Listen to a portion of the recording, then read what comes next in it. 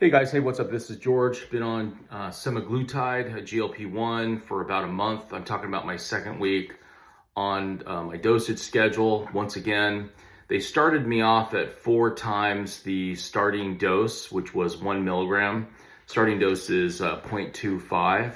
So this is semaglutide, which is Ozempic, Wegovy strain of peptides. Not a doctor, just talking about my personal experience.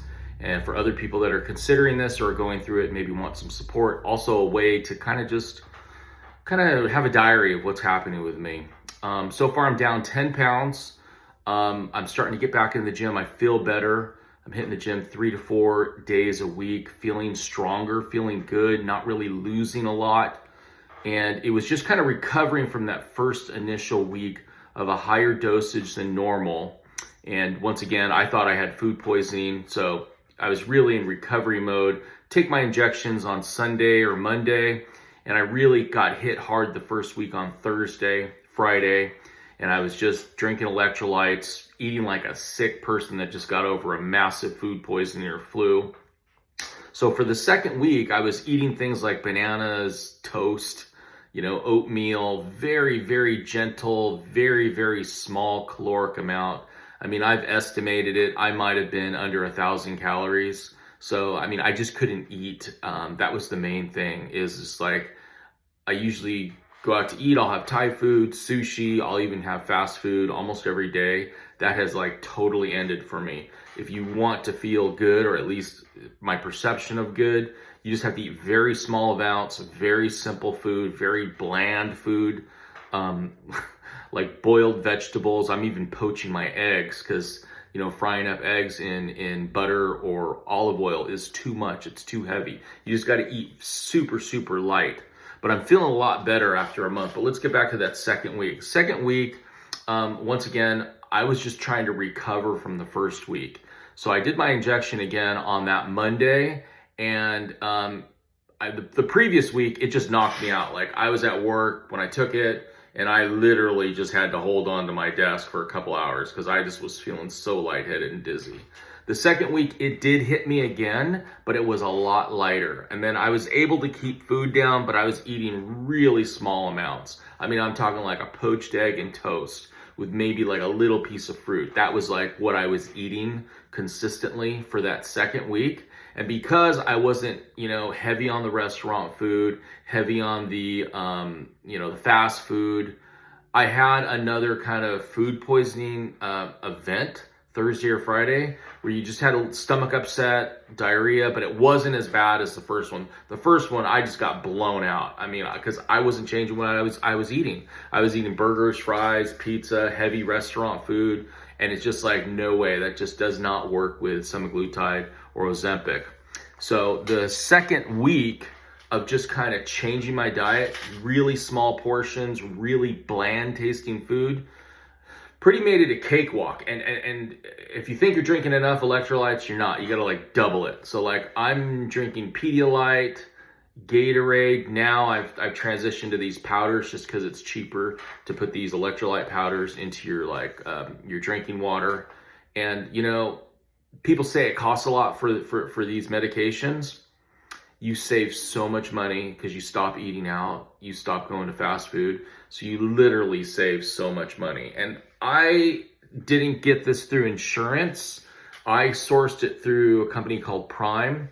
So I got about 90 days to $120 day supply of semaglutide for like $200.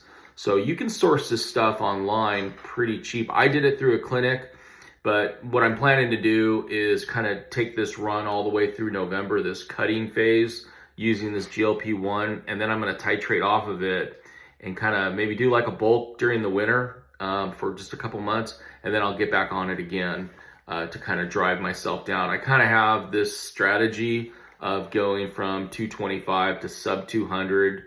And it's pretty much I'm on track. I might be cutting the calories a little bit too harsh.